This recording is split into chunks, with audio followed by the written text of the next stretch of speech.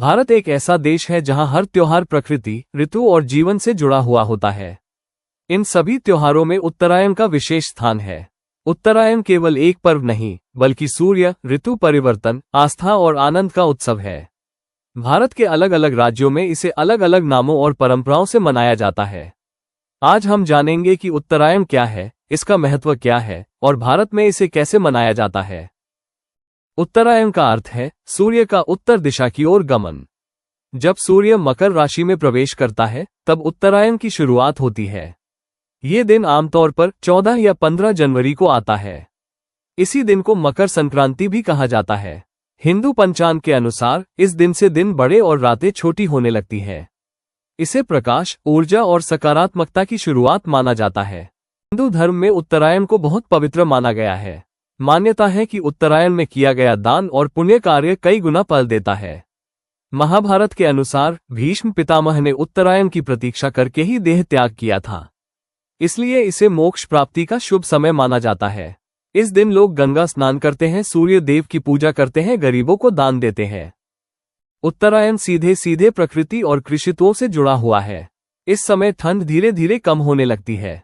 नई फसल तैयार होती है। किसानों के लिए ये खुशी और मेहनत के पल का पर्व होता है। इसी कारण उत्तरायण को फसल उत्सव भी कहा जाता है। गुजरात में उत्तरायण बहुत ही भव्य तरीके से मनाया जाता है। यहाँ इसे पतंग महोत्सव के रूप में जाना जाता है।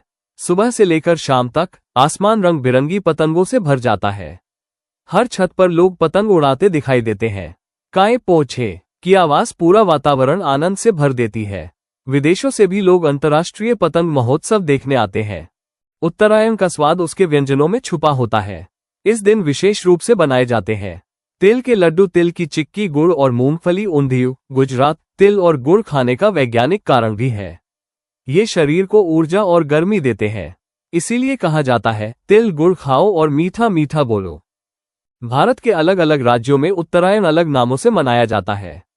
पंजाब, हरियाणा, लोहड़ी तमिलनाडु, पोंगल असम, माघ बिहू महाराष्ट्र, मकर संक्रांति उत्तर भारत। खिचड़ी पर्व हर जगह परंपरा अलग है, लेकिन भावना एक ही है, आभार और उत्सव।